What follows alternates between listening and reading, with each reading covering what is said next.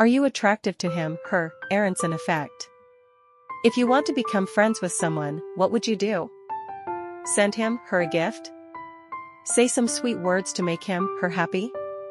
Establish common interests and hobbies with him, her? Both are right and none are right. Famous American psychologist Elliot Aronson once conducted an experiment in which volunteers were divided into 4 groups and asked to give different evaluations to the participants. Then, the participants were observed which group they liked the most. The first group always praises the subjects, the second group always denies and criticizes it, the third group praises first and then denies, the fourth group first denies and then praises. It was found that the subjects had the highest favorability towards the fourth group and the lowest favorability towards the third group. This experiment demonstrates that whether people have a positive or negative attitude towards you is not determined by how much reward you give them, but rather by whether the reward you give them is increasing or decreasing. The Allen effect is also known as the profit and loss theory of attraction. Aronson believes that the reason for this phenomenon is that from double praise to small praise, or even no longer praise, this decrease can lead to a certain level of frustration.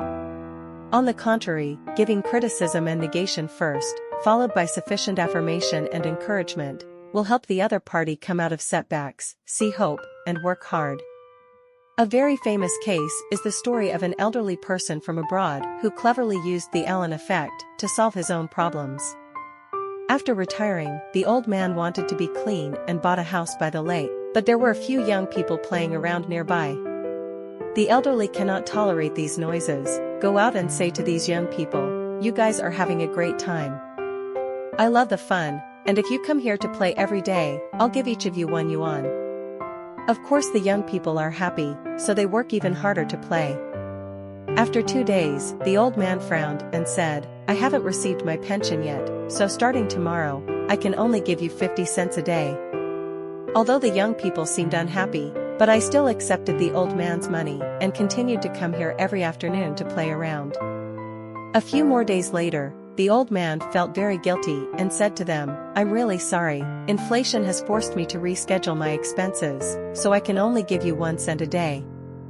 The young man was a bit unhappy and said, "We won't waste time here for just 1 cent, stop working."